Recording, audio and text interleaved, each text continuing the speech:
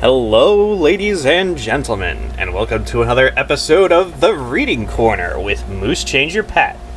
That's me, in case you're wondering. Today we are reading Queen of Sorcery by David Eddings. And as always, you should support the original work by buying the original book. Chapter 3. The next morning, Silk came out of the tower wearing a rich maroon doublet and a bag-like black velvet cap cocked jauntily over one ear. "What's all that about?" Aunt Paul asked him. "I chanced across an old friend in one of the packs," Silk replied airily. "Radek of Baktor by name." "What happened to Ambar of Kotu?" "Ambar's a good enough fellow, I suppose," Silk said a bit depreciatingly. "But a Murgo named Asherak knows about him and may have dropped his name in certain quarters. Let's not look for trouble if we don't have to." "Not a bad disguise," Mr. Wolf agreed. "One more Drasnian merchant on the Great West Road won't attract any attention, whatever his name." "Please," Silk objected in an injured tone. "The name's very important. You hang the whole disguise on the name." "I don't see any difference," Varric asserted bluntly. "There's all the difference in the world. Surely you can see that Ambar's a vagabond with very little regard for ethics, while Radek's a man of substance whose word is good in all the commercial centers of the West. Besides, Radek's always accompanied by servants." "Servants?" One of Aunt Paul's eyebrows shot up. "Just for the sake of the disguise," Silk assured her quickly. "You, of course, could never be a servant, Lady Polgara." "Thank you. No one would ever believe it. You'll be my sister instead, traveling with me to see the splendors of Tal Hadith." "Your sister?" "You could be my mother instead, if you prefer," Silk suggested blandly, making a religious pilgrimage to Mar Taran to atone for a colorful past. Aunt Paul gazed steadily at the small man for a moment, while he grinned impudently at her. "Someday your sense of humor is going to get you into a great deal of trouble, Prince Keldar." "I'm always in trouble, Lady Polgara. I wouldn't know how to act if I weren't." "Do you suppose we can get started?" Mr. Wolf asked. "Just a moment more," Silk replied. "If we meet anyone and have to explain things, you, Leldarin, and Garion are Polgara's servants. Hedar, Barrick, and Dernick are mine." "Anything you say," Wolf agreed warily. "There are reasons." "All right. Don't you want to hear them?" "Not particularly." Silk looked a bit hurt. "Are we ready?" Wolf asked. "Everything's out of the tower," Dernick told him. "Oh, just a moment. I forgot to put out the fire."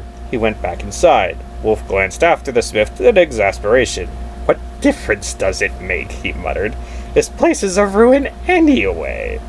"Leave him alone, Father," Aunt Paul said placidly. "It's the way he is." As they prepared to mount, Barrick's horse, a large, sturdy gray, sighed, and threw a reproachful look at Hedar, and the Algar chuckled. "What's so funny?" Barrick demanded suspiciously. "The horse said something," Hedar replied. "Never mind." Then they swung into their saddles and threaded their way out of the foggy ruins and along the narrow, muddy track that wound into the forest. Sodden snow lay under the wet trees, and water dripped continually from the branches overhead. They all drew their cloaks about them to ward off the chill and the dampness. Once they were under the trees, Leldarin pulled his horse in beside Garion's, and they rode together. "Is Prince Keldar always so, extremely complicated?" he asked. "Silk? Oh yes, he's very devious. You see, he's a spy, and disguises and clever lies are second nature to him." "A spy? Really?" Leldarin's eyes brightened, and his imagination caught hold of the idea. "He works for his uncle, the King of Drasnia," Garion explained. "From what I understand, the Drasnians have been at this sort of thing for centuries." "We've got to stop and pick up the rest of the packs," Silk was reminding Mr. Wolf. "I haven't forgotten," the old man replied. "Packs?" Leldarin asked. "Silk picked up some wool cloth in Kamar," Garion told him. He said it would give us a legitimate reason to be on the highway. We hid them in a cave when we left the road to come to Voakun. He thinks of everything, doesn't he? He tries. We're lucky to have him with us. Maybe we could have him show us a few things about disguises, Leldarin suggested brightly. It might be very useful when we go looking for your enemy. Garion had thought that Leldarin had forgotten his impulsive pledge. The young Aaron's mind seemed too flighty to keep hold of one idea for very long, but he saw now that Leldarin only seemed to forget things. The prospect of a serious search for his parents' murderer with this young enthusiast, adding embellishments and improvisations at every turn, began to present itself alarmingly. By mid-morning, after they had picked up Sulk's packs and lashed them to the backs of the spare horses, they were back out on the Great West Road, the Talnedron highway running through the heart of the forest. They rode south at a loping canter that ate up the miles. They passed a heavily burdened serf, clothed in scraps and pieces of sackcloth, tied on with bits of string. The serf's face was gaunt, and he was very thin under his dirty rags. He stepped off the road and stared at them with apprehension until they had passed. Garion felt a sudden stab of compassion. He briefly remembered Lamar and Detton, and wondered what would finally happen to them. It seemed important for some reason. Is it really necessary to keep them so poor? He demanded of Leldarin, unable to hold it in any longer. Who? Leldarin asked, looking around. That serf. Leldarin glanced back over his shoulder at the ragged man. You didn't even see him, Garion accused. Leldarin shrugged. There are so many. And they all dress in rags and live on the edge of starvation? Membrate taxes, Leldarin replied, as if that explained everything. You seem to always have enough to eat. I'm not a serf, Garion, Leldarin answered patiently. The poorest people always suffer the most. It's the way the world is. It doesn't have to be, Garion retorted. You just don't understand. No, and I never will. Naturally not, Leldarin said with infuriating complacency. You're not a Rendish.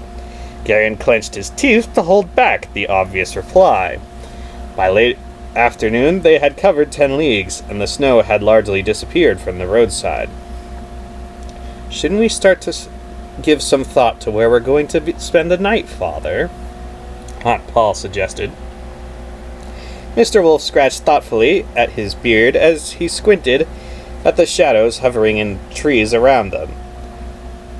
I have an uncle who lives not far from here, Leldarin offered. Count Reldigan. I'm sure he'll be glad to give us shelter. Thin? Mr. Wolf asked. Dark hair? It's gray now, Leldarin replied. Do you know him? I haven't seen him for 20 years, Wolf told him. As I recall, he used to be quite a hothead. Uncle Reldigan? You must have him confused with somebody else, Belgarath. Maybe, Wolf said. How far is it to his house? No more than a league and a half away. Let's go see him, Wolf decided. Leldarin shook his reins and moved into the lead to show them the way. How are you and your friend getting along? Silk asked, falling in beside Garion. Fine, I suppose, Garion replied, not quite sure how the rat-faced little man intended the question. It seems to be a little hard to explain things to him, though. That's only natural, Silk observed. He's an errand, after all. Garion quickly came to Leldarin's defense. He's honest and very brave. They all are. That's the part of the problem. I like him, Garion asserted. So do I, Garion, but that doesn't keep me from realizing the truth about him. If you're trying to say something, why don't you just go ahead and say it? All right, I will. Don't let friendship get the better of your good sense. Arendi is a very dangerous place, and errands tend to blunder into disasters quite regularly. Don't let your exuberant young companion drag you into something that's none of your business. Silk's look was direct, and Garion realized that the little man was quite serious. I'll be careful, he promised. I knew I could count on you, Silk said gravely. Are you making fun of me? Would I do that, Garion? Silk asked mockingly. Then he laughed, and they rode out on together through the gloomy afternoon. The grey stone house of Count Reldigan was about a mile back in the forest from the highway. It stood in the center of a clearing that extended beyond bowshot in every direction. Although it had no wall, it somehow had the look of a fort. The windows facing out were narrow and covered with iron gratings. Strong turrets surmounted by battlements stood at each corner, and the gate which opened into the central courtyard of the house was made of whole tree trunks, squared off and strapped together with iron bands. Garen stared at the brooding pile as they approached in the rapidly fading light. There was a kind of haughty ugliness about the house, a grim solidity that seemed to defy the world. "It's not a very pleasant-looking sort of place, is it?" he said to Silk. "Asturian architecture is a reflection of their society," Silk replied. "A strong house isn't a bad idea in a country where neighborhood disputes sometimes get out of hand." "Are they all so afraid of each other?" "Just cautious, Garion. Just cautious." Leldarin dismounted before the heavy gates and spoke to someone on the other side through a small grill. There was finally a rattling of chains and the grinding sound of heavy iron-shod bars sliding back. "I wouldn't make any quick moves once we're inside," Silk advised quietly. "There'll probably be archers watching us." Garen looked at him sharply. "A quaint custom of the region," Silk informed him. They rode into a cobblestone courtyard and dismounted. Count Reldigan, when he appeared, was a tall, thin man with iron-gray hair and beard who walked with the aid of a stout cane. He wore a rich green doublet and black hose. Despite the fact that he was in his own house, he carried a sword at his side. He limped heavily down a broad flight of stairs from the house to greet them. "Uncle," Leldarin said, bowing respectfully. "Nephew," the Count replied in polite acknowledgement. "My friends and I found ourselves in the vicinity," Leldarin stated, "and we thought we might impose on you for the night." "You're always welcome, nephew," Reldigan answered with a kind of grave formality. "Have you dined yet?" "No, uncle." "Then you must all take supper with me. May I know your friends?" Mr. Wolf pushed back his hood and stepped forward. "You and I are already acquainted, Reldigan," he said. The Count's eyes widened. "Belgarath? Is that really you?" Wolf grinned. "Oh yes, I'm still wandering about the world, stirring up mischief." Reldigan laughed then and grasped Mr. Wolf's upper arm warmly. "Come inside, all of you! Let's not stand about in the cold." He turned and limped up the steps to the house. "What happened to your leg?" Wolf asked him. "An arrow to the knee," the Count shrugged. "The result of an old disagreement, long since forgotten. As I recall, you used to get involved in quite a few of those. I thought for a while that you intended to go through life with your sword half drawn." "I was an excitable youth," the Count admitted, opening the broad door at the top of the steps. He led them down a long hallway to a room of imposing size with a large blazing fireplace at each end. Great curving stone arches supported the ceiling. The floor was of polished black stone, scattered with fur rugs, and the walls, arches, and ceiling were whitewashed in gleaming contrast.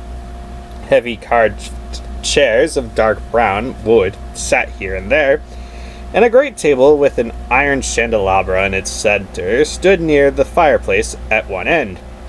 A dozen or so leather-bound books were scattered on its polished surface. "Books, Reldigan?" Mr. Wolf said in amazement as he and the others removed their cloaks and gave them to the servants, who immediately appeared. "You have mellowed, my friend." The Count smiled at the old man's remark. "I'm forgetting my manners," Wolf apologized. "My daughter, Polgara. Paul, this is Count Reldigan, an old friend." "My lady," the Count acknowledged with an exquisite bow. "My house is honored." Aunt Paul was about to reply when two young men burst into the room, arguing heatedly. "You're an idiot, Barentane," the first, a dark-haired youth in a scarlet doublet, snapped. "It may please thee to think so, Torreson," the second, a stout young man with pale, curly hair and wearing a green and yellow striped tunic, replied. But whether it please thee or not, Asturia's future is in Mimbrate hands. Thy rancorous denouncements and sulphurous rhetoric shall not alter that fact. Don't thee and thou me, Barentane, the dark-haired one sneered. Your imitation Mimbrate courtesy turns my stomach. Gentlemen, that's enough, Count Reldigan said sharply, rapping his cane on the stone floor. If you two are going to insist on discussing politics, I'll have you separated. Forcibly, if necessary. The two young men scowled at each other and then stalked off to opposite sides of the room. My son, Torreson, the Count admitted apologetically, indicating the dark-haired youth, and his cousin, Barentane, the son of my late wife's brother. They've been wrangling like this for 2 weeks now. I had to take their swords away from the day after Barentane arrived. Political discussion is good for the blood, my lord, Silk observed, especially in the winter. The heat keeps the veins from clogging up. The Count chuckled at the little man's remark. Prince Keldar of Drasnia, of the royal house of Drasnia, Mr. Wolf introduced Silk. Your Highness, the Count responded, bowing. Silk winced slightly. Please, my lord. I've spent a lifetime running from that mode of address, and I'm sure that my connection with the royal family embarrasses my uncle almost as much as it embarrasses me. The Count laughed again with easy good nature. Why don't we all adjourn to the dining table, he suggested. 2 fat deer have been turning on spits in my kitchen since daybreak, and I recently obtained a cask of red wine from southern Talnidra. As I recall, Belgarath always has had a great fondness for good food and fine wines. He hasn't changed, my lord, Aunt Paul told him. My father's terribly predictable once you get to know him.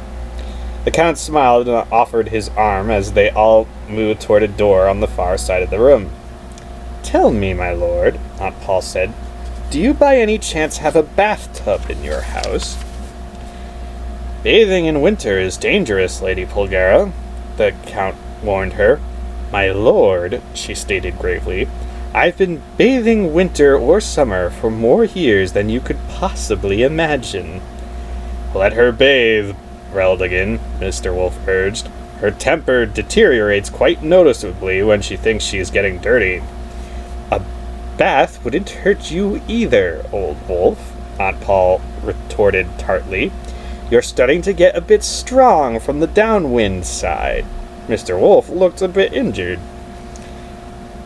Much later, after they had eaten their fill of venison, gravy-soaked bread, and rich cherry tarts, Aunt Paul excused herself and went with a maidservant to oversee the preparations of her bath. The men all lingered at the table over their wine cups, their faces washed with the golden light of the many candles in Reldigan's dining hall. Let me show you to your rooms, Torsen suggested to Leldarin and Garion, pushing back his chair and casting a look of veiled contempt across the table at Barentane. They followed him from the room and up a long flight of stairs toward the upper stories of the house. I don't want to offend you, Tor, Leldarin said as they climbed, but your cousin has some peculiar ideas. Torsen snorted.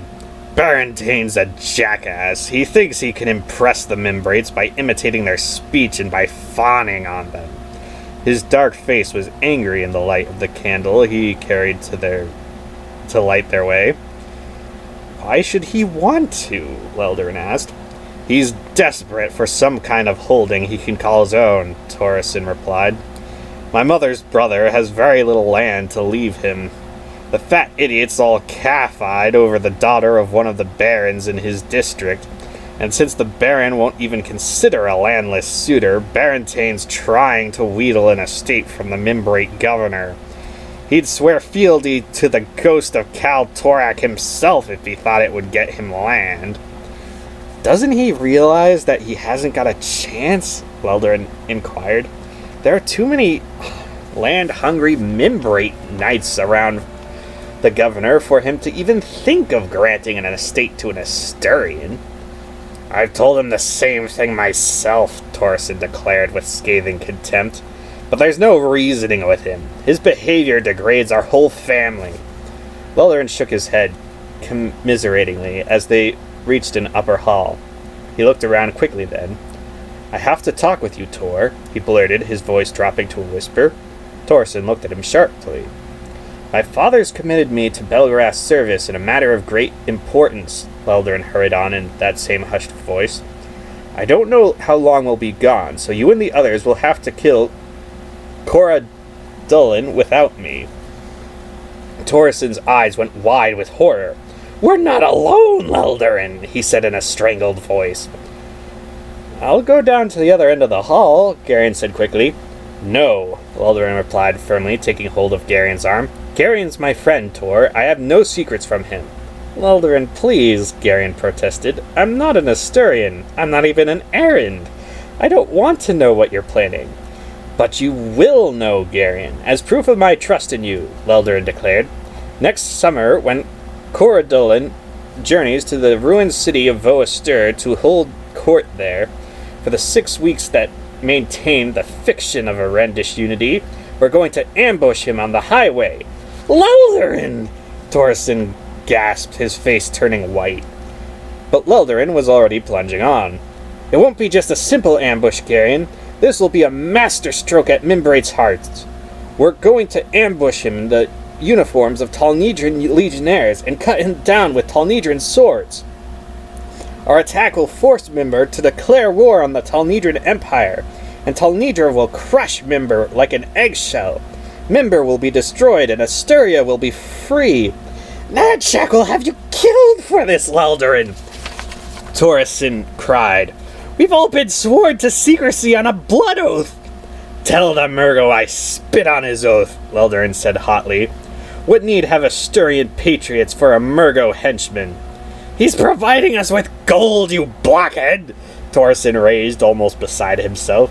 We need his good red gold to buy the uniforms, the swords, and to strengthen the backbones of some of our weaker friends. I don't need weaklings with me, Leldarin said intensely. A patriot does what he does for love of his country, not for Angarak gold. Garion's mind was moving quickly now. His moment of stunned amazement had passed.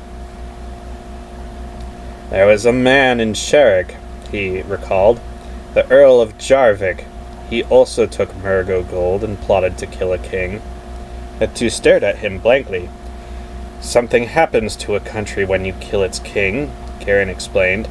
No matter how bad the king is or how good the people are who kill him, the country falls apart for a while. Everything is confused, and there's nobody to point the country in any one direction.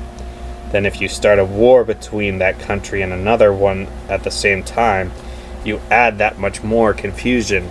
I think that if I were a Murgo, that's exactly the kind of confusion I'd want to see in all the kingdoms of the West. Garion listened to his own voice, almost in amazement. There was a dry, dispassionate quality in it that he instantly recognized. From the time of his earliest memories, that voice had always been there, inside his mind, occupying some quiet hidden corner, telling him when he was wrong or foolish. But the voice had never actively interfered before in his dealings with other people. Now, however, it spoke directly to these two young men, patiently explaining. Angarak gold isn't what it seems to be, he went on. There's a kind of power to it that corrupts you. Maybe that's why it's the color of blood. I'd think about that before I accept any more red gold from this Murgo Natchak. Why do you suppose he's giving you gold and helping you with this plan of yours? He's not Asturian, so patriotism couldn't have anything to do with it, could it? I'd think about that, too. Leldarin and his cousin looked suddenly troubled.